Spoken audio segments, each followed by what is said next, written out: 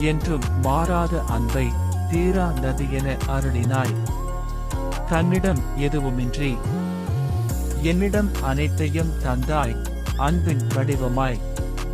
அச்சம் கவலை மறைத்து மகிழ்ச்சி ஒளியாய் என் வாழ்வை நிரப்பினாய்.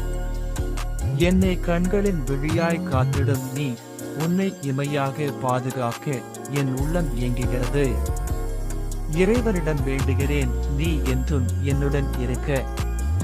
என் வாழ்வியல் இறைவனான உன்னிடமே என் அன்னையே. கவிதையின் விளக்கம்.